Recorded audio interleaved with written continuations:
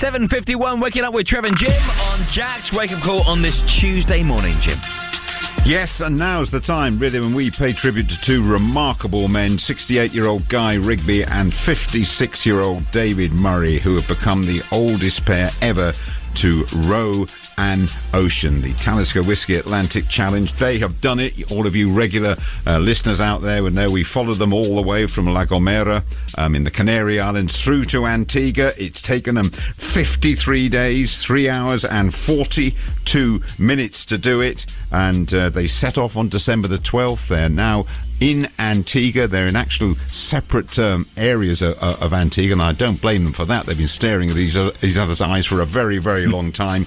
And let's just check how they're both feeling. And first of all, I spoke to Guy and asked him, how are you feeling now that you've achieved that goal? Blimey, well, it just almost doesn't seem real now. I don't think I ever really thought what it was going to be like when we were out there, or ever really thought about the time it was going to take. But 53 days, looking back on it, just seems like an incredibly long time, you know. But we made it, and when we got here, we just had this fantastically rapturous welcome, which was so emotional. Just can't believe it. And David, how much has it taken out of you physically, and how much mentally? Physically, I think I'm very well. The mental side of things, I don't think anything's ever prepared me for this. Because you're away for so long. I mean, 52 days. I mean, you're away for a long time. You've got Christmas, you've got New Year. I missed my wife's birthday. There's a lot of sort of mental sort of toughness you had to sort of go through. But the reception we had when we arrived in English Harbour, I could have burst. Absolutely incredible, brilliant. Amazing. Just got a couple of questions for both of you, and a pal of mine always does this after holidays, and he says, best moment of holiday, worst moment of holiday. So, Guy, you go first. Best moment of the trip and worst moment of the trip. Crikey. Well, I suppose the most extraordinary moment for me was sitting on the deck in the middle of the night in the pitch black, rowing down what I call a mogul field, because the boat takes on a bit of a life of its own at night.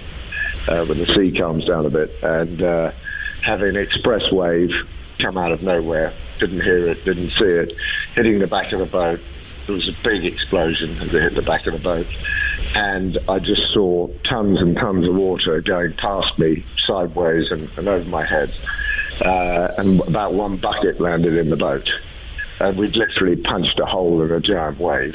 But it was just the most extraordinary thing, and quite a thing to go through.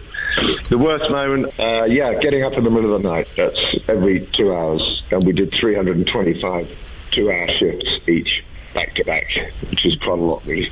Yeah. So that sort of stuff. David, have you got any outstanding memory, good or bad? To me, the most outstandingly amazing moment was probably 4 or 5 days in, when I was hearing this blowhole going off. I thought, well, that must be a whale of some sort.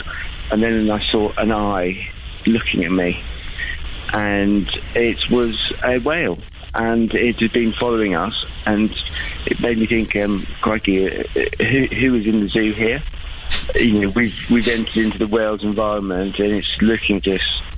And then about half an hour later, we saw it sort of swim off with a young calf behind it. And I just thought that's etched in my mind. It was an incredible sight. That's a great story. That's amazing. That's a great story. Yeah. And listen, we could talk all day. We won't keep you anymore. I look forward to seeing both of you when you come back, and I hope it's helped you, having Jack's Wake Up Call supporting you on this amazing, amazing journey and this amazing achievement that you've carried out. Brilliant. Thank you, guys. Cheers, Dave. Guys. Well done. Cheers. Bye. Bye-bye. Bye. This is JackFM.